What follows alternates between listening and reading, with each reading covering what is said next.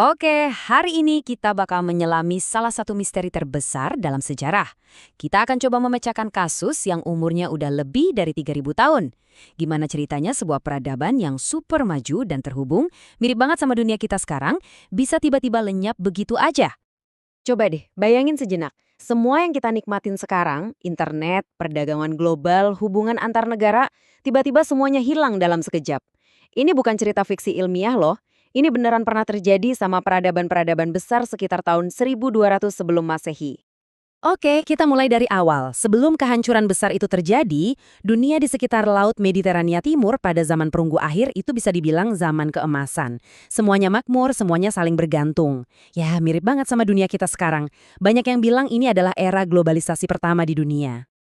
Jadi, siapa aja sih pemain utamanya waktu itu? Ada Kekaisaran Het yang berkasa, ada Yunani Mykenae dengan istana-istananya yang megah, dan tentu saja Kerajaan Baru Mesir. Mereka ini saling terhubung lewat jaringan dagang yang super rumit, tukar-menukar barang kayak tembaga, kayu, sampai ide. Mereka bahkan punya sistem diplomasi dan surat menyurat loh. Nah, sistem ekonomi mereka ini terpusat banget, kita sebutnya ekonomi istana. Intinya, semua produksi dan distribusi itu dikontrol langsung dari pusat kekuasaan. Singkatnya, dunia yang sangat terkoneksi. Tapi kemudian, semuanya hancur. Kemakmuran itu hilang gitu aja. Dan disinilah cerita kita jadi jauh lebih kelam. Dari yang tadinya megah, sekarang jadi malapetaka. Ya, secara historis ini terjadi dalam sekejap mata. Dunia yang mereka bangun selama beratus-ratus tahun runtuh. Kota-kota besar yang tadinya ramai jadi puing-puing. Peradaban-peradaban besar itu hilang dari peta. Skala kehancurannya itu gila banget. Sulit dibayangin. Sejarawan Robert Druce menggambarkannya seperti efek domino. Satu kota jatuh, yang lain ikut jatuh, sampai hampir semua kota penting di seluruh wilayah itu hancur lebur, dari Yunani sampai ke Timur Tengah. Dan yang ini, wah bener-bener bikin merinding. Ini bukan lagi data arkeologi, tapi jeritan putus asa seorang manusia. Surat ini ditemukan dalam kondisi terpanggang di reruntuhan kota Ugarit. Ini adalah kata-kata terakhir dari rajanya, Amurapi. Kita bisa ngerasain banget kepanikan dan ketakutannya kan? Jadi, apa sih yang sebenarnya terjadi? Selama puluhan tahun, para sejarawan dan arkeolog ini udah kayak detektif, mencoba mencari tahu siapa biang keladi di balik kehancuran massal ini. Yuk kita lihat siapa aja tersangka utamanya. Tersangka nomor 1, alam itu sendiri. Ada teori kuat yang bilang kalau perubahan iklim ekstrim memicu kekeringan dahsyat yang panjang. Nah, kekeringan ini melumpuhkan fondasi utama peradaban mereka, yaitu pertanian. Dan buktinya, kuat banget. Para ilmuwan nemuin petunjuk dari lingkaran pohon-pohon kuno yang menunjukkan periode kering yang parah. Dasar Laut Mati juga membuktikan hal yang sama. Bahkan, catatan Mesir kuno sendiri juga nulis tentang adanya kelaparan hebat. Logikanya kan simpel ya, kalau nggak ada makanan, kekaisaran sebesar apapun pasti akan goyah. Tersangka kedua ini mungkin yang paling populer dan paling misterius, bangsa laut. Dalam catatan Mesir, mereka digambarkan sebagai koalisi perompak yang ganas, datang entah dari mana, dan meninggalkan jejak kehancuran di mana-mana. Buktinya pun seolah terpahat di batu.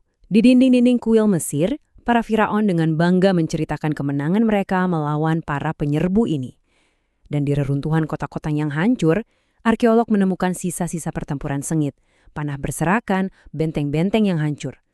Kelihatannya kasusnya udah jelas kan? Nah, tersangka ketiga ini teorinya lebih modern, keruntuhan sistem. Idenya adalah peradaban-peradaban ini justru jadi korban dari kesuksesan mereka sendiri.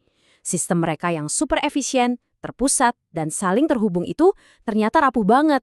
Cukup satu gangguan kecil aja, misalnya satu jalur perdagangan penting terputus, seluruh sistem bisa runtuh berantakan kayak kartu domino.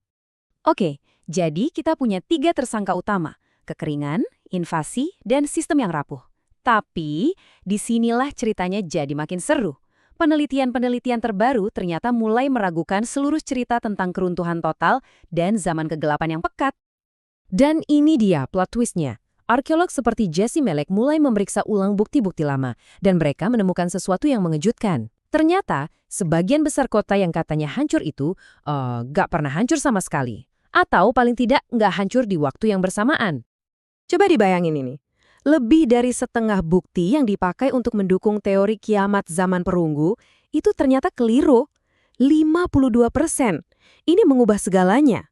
Seluruh narasi tentang kehancuran total yang terjadi serentak itu tiba-tiba jadi goyah. Kita ambil contoh di Yunani ya. Bukti baru menunjukkan kalau zaman kegelapannya ternyata nggak sepanjang dan segelap yang kita kira. Dan masa pemulihannya, yang kemudian melahirkan negara kota dan alfabet, ternyata jauh lebih panjang.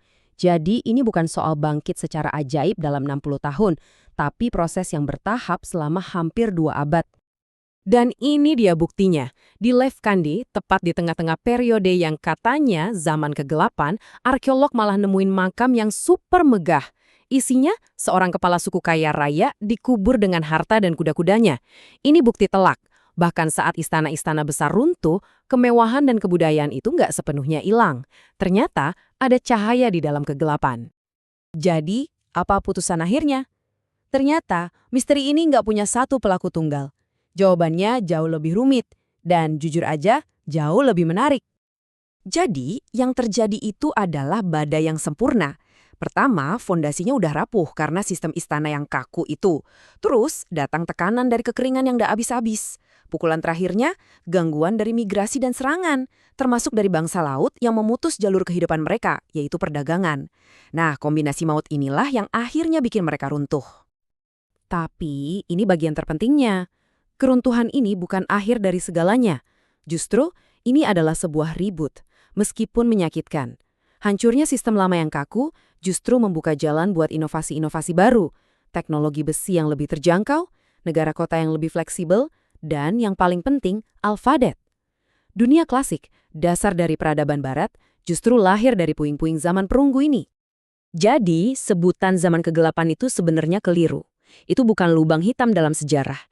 Itu adalah periode transisi, memang berantakan, tapi juga kreatif. Dan pada akhirnya, mengubah dunia. Itu adalah jembatan yang menyakitkan antara dunianya para Firaun dengan dunianya para filsuf. Nah, ini membawa kita kembali ke pertanyaan di awal tadi. Kalau kita lihat dunia kita sekarang yang super kompleks dan saling terhubung, dengan tantangan perubahan iklim, migrasi, dan sistem kita yang juga rapuh, pelajaran apa yang bisa kita ambil dari keruntuhan besar pertama dalam sejarah ini? Sesuatu yang patut kita renungkan bersama.